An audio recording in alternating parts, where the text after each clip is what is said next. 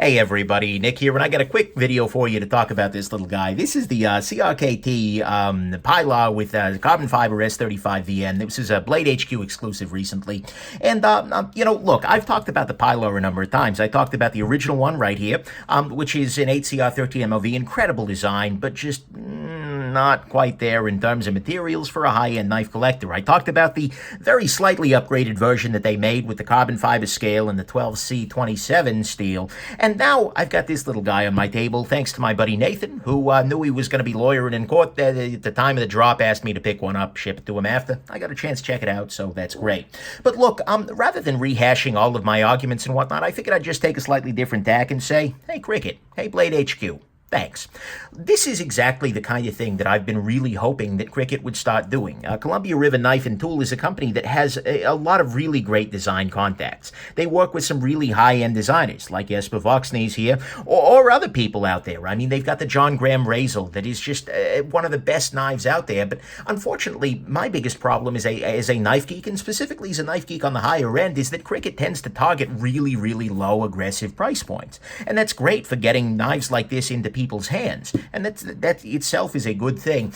But more importantly, it tends to mean materials that are a little bit way behind par. I mean, things like 8CR13 MOV steels, and things like steel frame locks, things like Teflon washers, which unfortunately, yeah, still Teflon. But the thing is, all that I have been asking for a long time now is that they offer some of their best sellers, not necessarily everything, but some of the ones that the community has fallen in love with, that they offer higher-end upgraded models, using higher-end upgraded steels, using higher-end upgraded materials, like a carbon fiber here.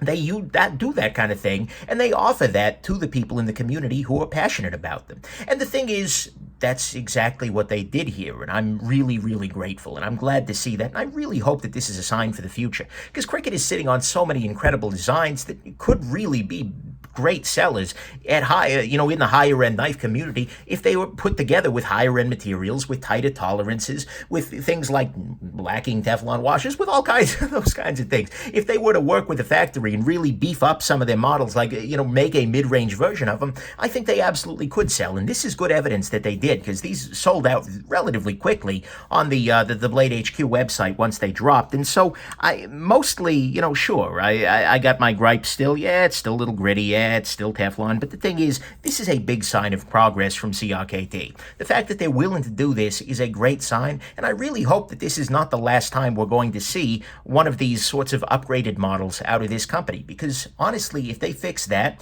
if they're willing to offer both the low-end model as an entry level and the high-end model for people who love the Pilar and just want to buy a version of it that they're really proud to carry on a regular basis, that's just a beautiful thing, and it's going to make this a company that offers something that no other company in the market does, and make them a great deal more compelling for people like me, who are maybe a little bit higher end in price range, but really demand a little bit higher end materials. So there you go. This is a real good sign of progress, and I want to thank BladeHQ, and I want to thank Cricket for doing that. Sure, if there's places for them to go, they could definitely improve some things still, and there were plenty of other places in the product line that could use this same treatment, but for the moment, I just figured I'd focus on the positive. Yeah, good to see this happen. So there you go. Hope this has been interesting to you, and have yourselves just an absolutely wonderful rest of your day. Bye now.